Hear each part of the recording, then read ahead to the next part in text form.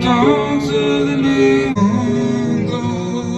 over the gravestones, find strangle the black oaks. The lamp like the fallen fence post.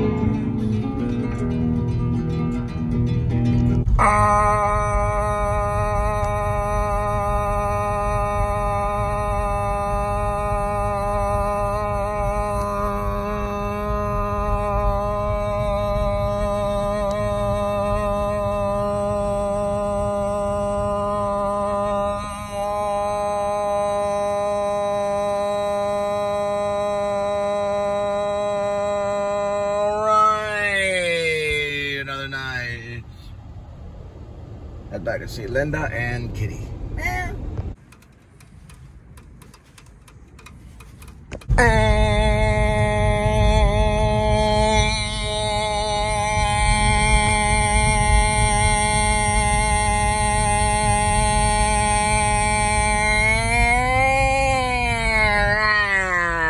Another night delivery. Head back to see Linda and Kitty.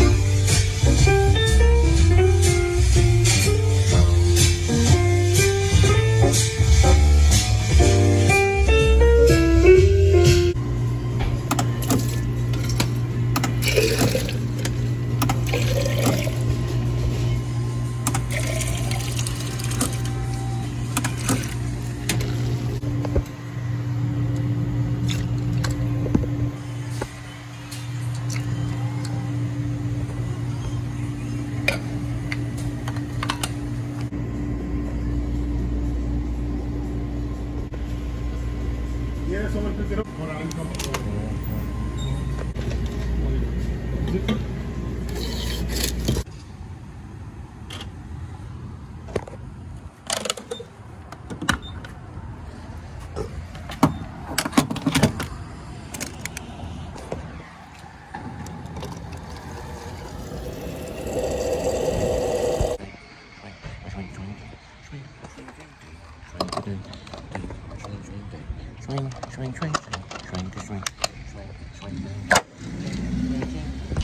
Well, I did a little dance, and I haven't put that. Whoa! Haven't put that down for Jed Wilson yet. Does a little dance every once in a while. You got to remember the little things. Now, I did decide when I wrote the last chapter 35 to put it in what's called poetical form. But you notice he says stop. That's what Jed Wilson was writing. He was writing his own story. So Jed Wilson's writing some of it. You're seeing it kind of like filtering. It's not from his point of view, though. It's just showing a style, and it's hinting that he's writing something. But he didn't write all that. That was actually from the author's point of view. It's just the style of it, the format, the way of thinking, the rhythm of it was in there a little bit. I don't know, some kind of weird thing. Because Jed, he writes things down on a memo pad to keep up with how his students are doing. He takes notes so he can tell them what they're good things that are doing, the bad things. All right, so we know that we go back to Shep and Buster. They're finishing up the last part of Smokey and the Bandit, probably watching it 2 or 3 times. And Buster looks around and he starts to growl. So Shep knows. Shepherd Dwight East knows that that polar bear's out there. So he goes and grabs a thermal spot that he has, because he's been down to the local feed store or hunting store, you know, to pick up supplies and things. I mean, he's got an unlimited credit card from the Lone Star Hacker. So he looks through that thermal scope, and lo and behold, he sees the image of a polar bear out there along the tree line, the pine line that goes all the way up to the horizon, looking over an icy mesa on a reservation, Native American reservation in Fairbanks, Alaska. Probably not too far from where they found that Supertramp.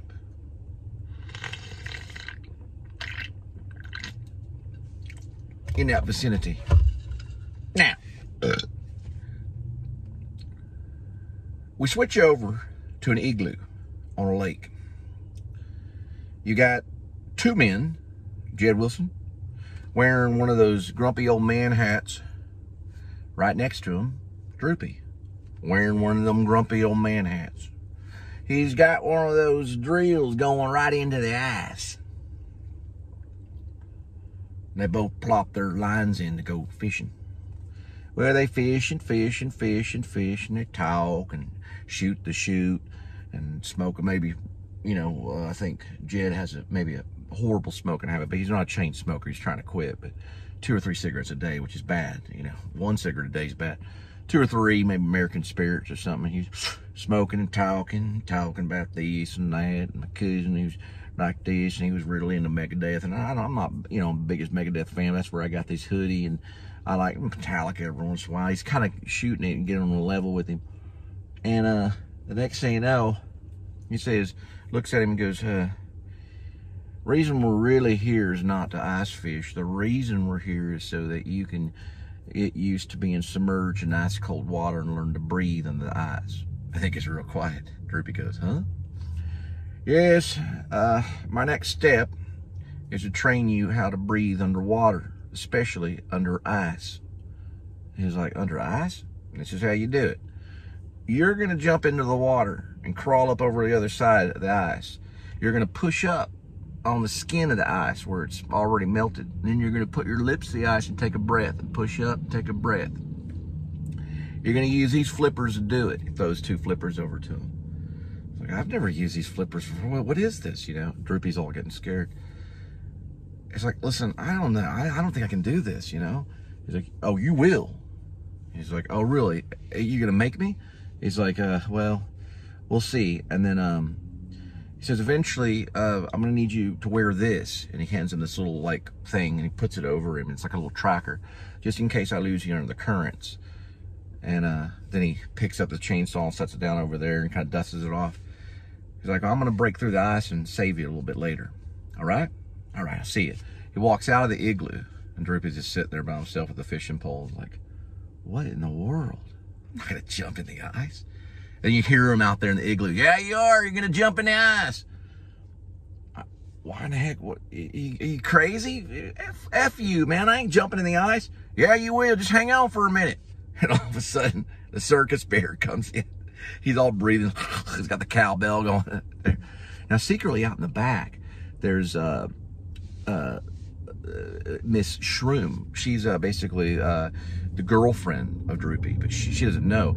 Well, she's actually an animal trainer that the dwarf found out about, because the dwarf knows a lot about Alaska and this area, and has hired her to take care of this bear and to train this bear to do things. And he's been monitoring Droopy on these cameras. We got these cameras all around. The dwarf's been monitoring him for a while and thinks he might make a good soldier. Well, there's Droopy. There's the bear inside the igloo. The bear's going. He goes, fuck this shit, grabs the flippers and jumps right in, right underwater, puts the flippers on, starts swimming, does exactly what he says, and goes up on the ice, pushes on the ice, and breathes in the air bubble. Does that a few times until finally you hear a chainsaw, and then boom, there comes Jed, fully geared in thermal, you know, like basically a snorkeling suit, you know, and he's sitting there swimming over to him.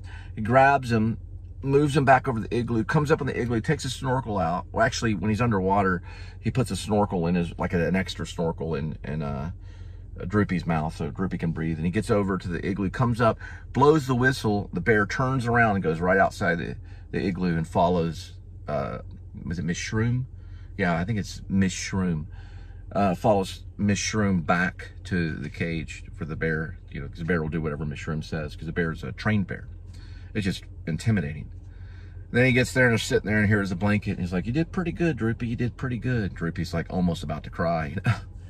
So that scene's done with. And then we're going to move on to a mountain scene where he trains him to fly those drones off a mountain so that they can do study and observation of parts of Alaska, basically scouting and things like that from above with drones and stuff.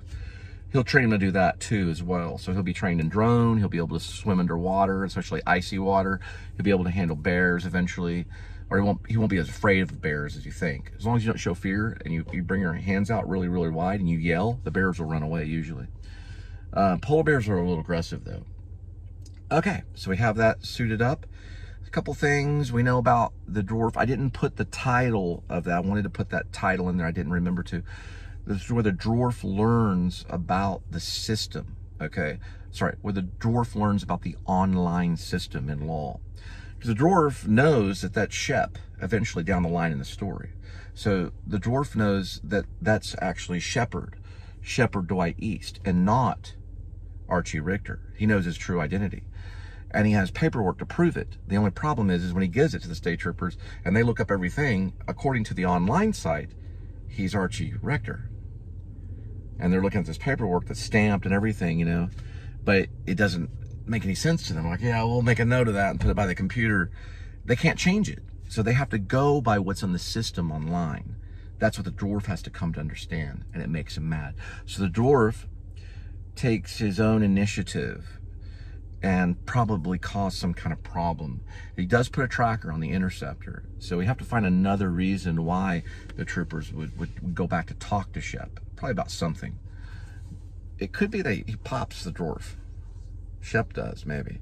And that's a serious thing. He can go to the Alaskan and then, you know, he can annoy him enough to where maybe he pops him, says, back off, little dwarf, okay? Leave me alone.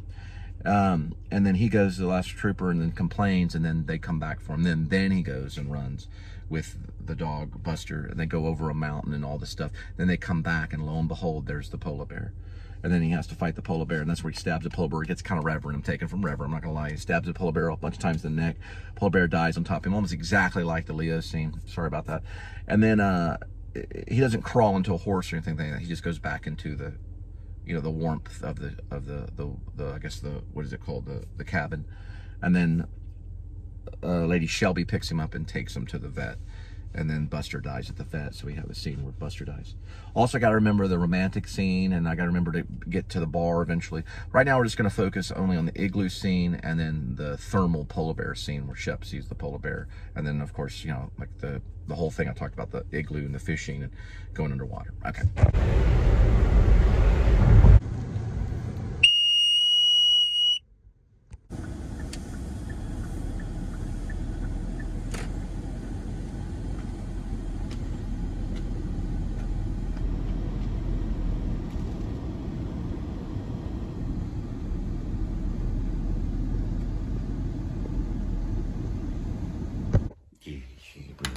Amy the witch is out there, kitty. We gotta go feed her. She doesn't have white little paws like you. She's Amy the witch, also known as Skinny Midnight or Midnight Kitty.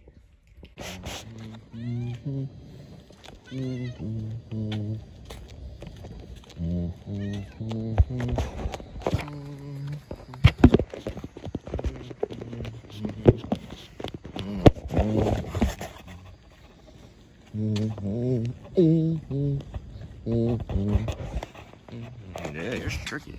Amy the witch. Run way ahead. Bring that pan up, right, kitty? So the pan will go up. She doesn't dancefully. She likes to dance around when she runs. Yes, you are. Look at that kitty. Yes, you are. It's Amy the witch. In kitty form. And slow down. There we go.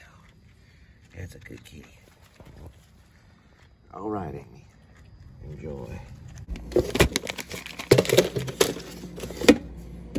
I took a little bite of this. It was a little chill, so we're going to go ahead and start it.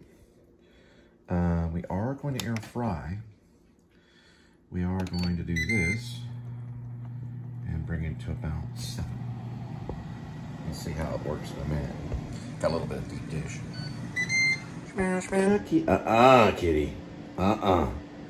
Whole world's watching, kitty. Come on.